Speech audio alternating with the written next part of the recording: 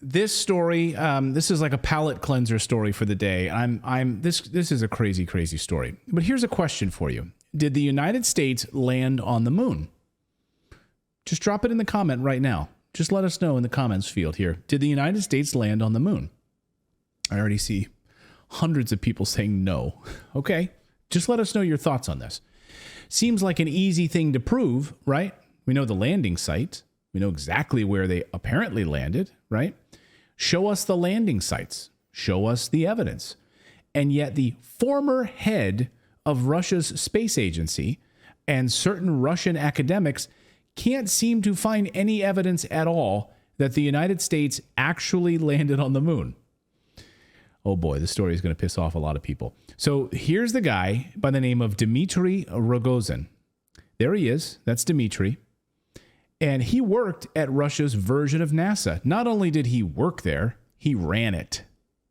He's like the Bill Nelson of Russia, running NASA. So Dmitry was the head of Russia's space agency. He later became the prime minister of defense and ambassador to NATO. He has a degree in journalism, so he knows how to ask questions, pertinent questions, and a degree in economics, a graduate degree in economics. His parents were scientists, and he's not afraid to ask actual questions, as good scientists do. Well, he just posted something on his Telegram channel. He has almost 90,000 subscribers on his Telegram channel. And I've gotten the translated version of it from Russian, but he posted it, and it's very fascinating. So here's his Telegram channel, and it's Rogozin at the front. That's what he calls his Telegram channel. And he says he admitted that about 10 years ago, while he was the head of the agency, he went on a bit of a spirit quest. He was trying to understand something that didn't make a lot of sense to him. You see, he was trying to understand how Soviet cosmonauts did multi-day expeditions in order to land on the moon, but when they returned, they could barely stand on their feet at all, almost like they were handicapped. They had to undergo very long recovery times.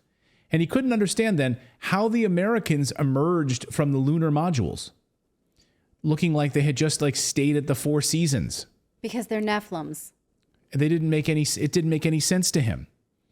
It didn't make any sense to him that they came back refreshed. You know, when they landed in those modules and they got out and they looked all refreshed. You know the theory of Nephilims from the Bible, like the angels came down and made superhumans, basically. Yeah.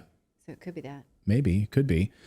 So he started asking some questions like, why would, you see the videos of these guys landing on the moon, right? You see these videos of them, the lunar modules landing in the ocean, and they get out and they looked like, they had just stayed at a Four Seasons.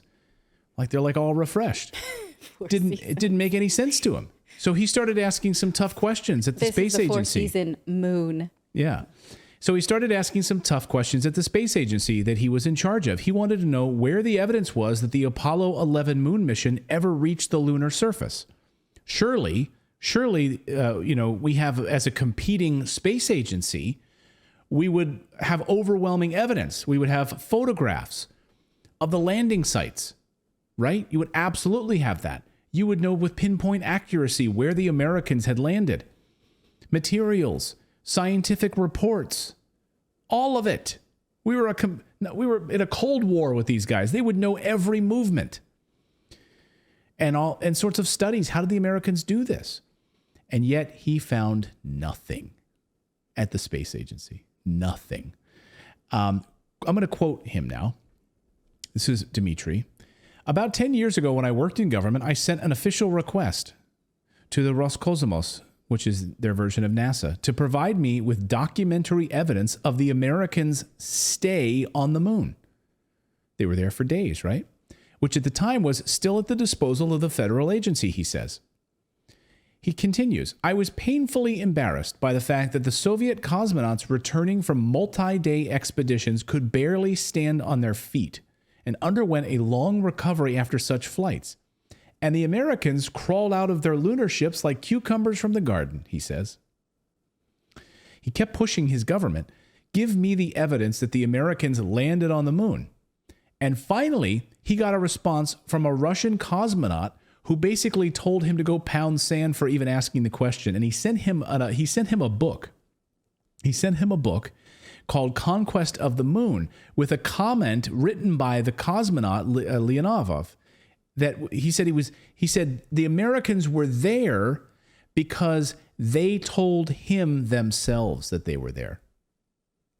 That's literally the only evidence he received. That a cosmonaut says they were there because an American told me they were there. Okay.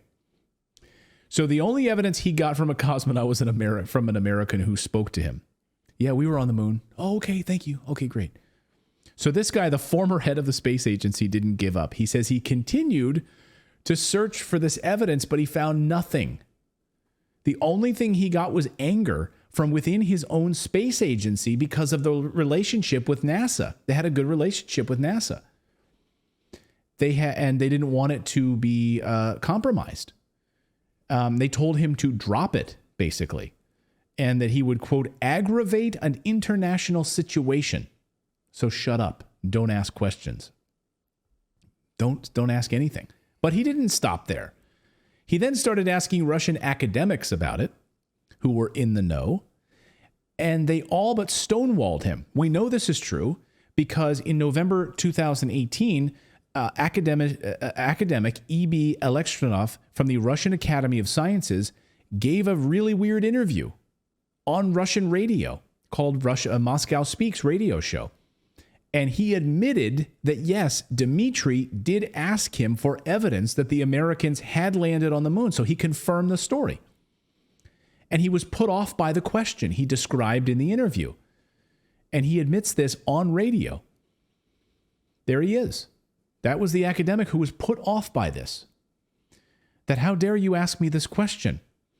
And he said basically he was asked, Dmitry then confirmed he wanted him to show him the landing sites. Because clearly you're part of this. You're an academic who worked at the agency. You know where these landing sites are. You have the materials, the evidence, the studies, all of it. And he said he wouldn't look. He wouldn't look. And the reason he wouldn't look, according to this author, and you can speculate, but according to this author of this piece, says that they would find virginal sites. Nothing there.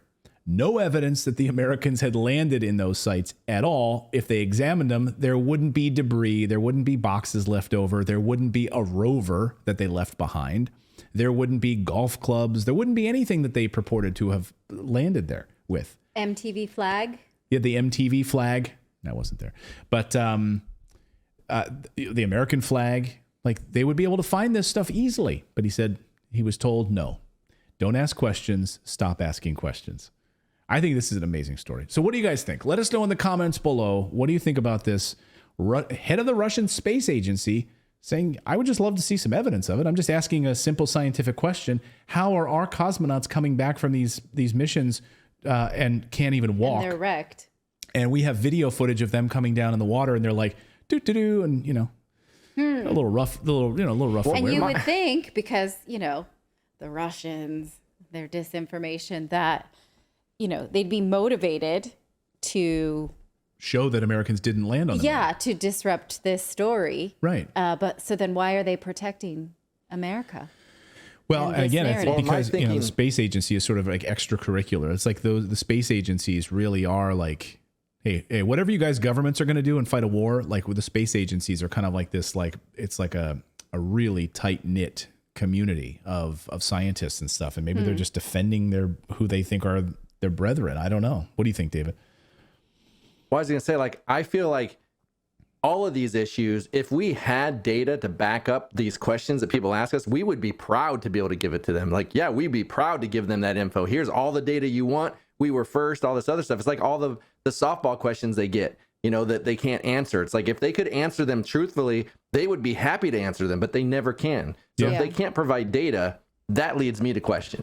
And all we have then is the film footage, right? And we have a lack of data. So we don't have it. We don't have there's no we have super telescopes that can with pinpoint accuracy and satellites and get amazing resolution. We have the Hubble telescope. We can see into other galaxies. Yeah, we can look at the Andromeda galaxy, for crying out loud. You mean to tell me we can't zoom in on a crater?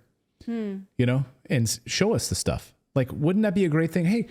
Hey, and by the way, he also brings up the point, I forgot to mention this part of the piece. This is a big part of Dimitri's point here, which is we haven't been back. He said he couldn't understand how the Americans were able to get to the moon with technology that you couldn't even power a USB-C drive today. How in the world did they get to the moon and they haven't been back for 56 years and they don't even have the technology today to get back to the moon? It's a great question. Why haven't we been back? Those are big questions. Yeah, Those are big, legitimate questions. You're blowing my mind. We don't have the technology. We didn't have it then.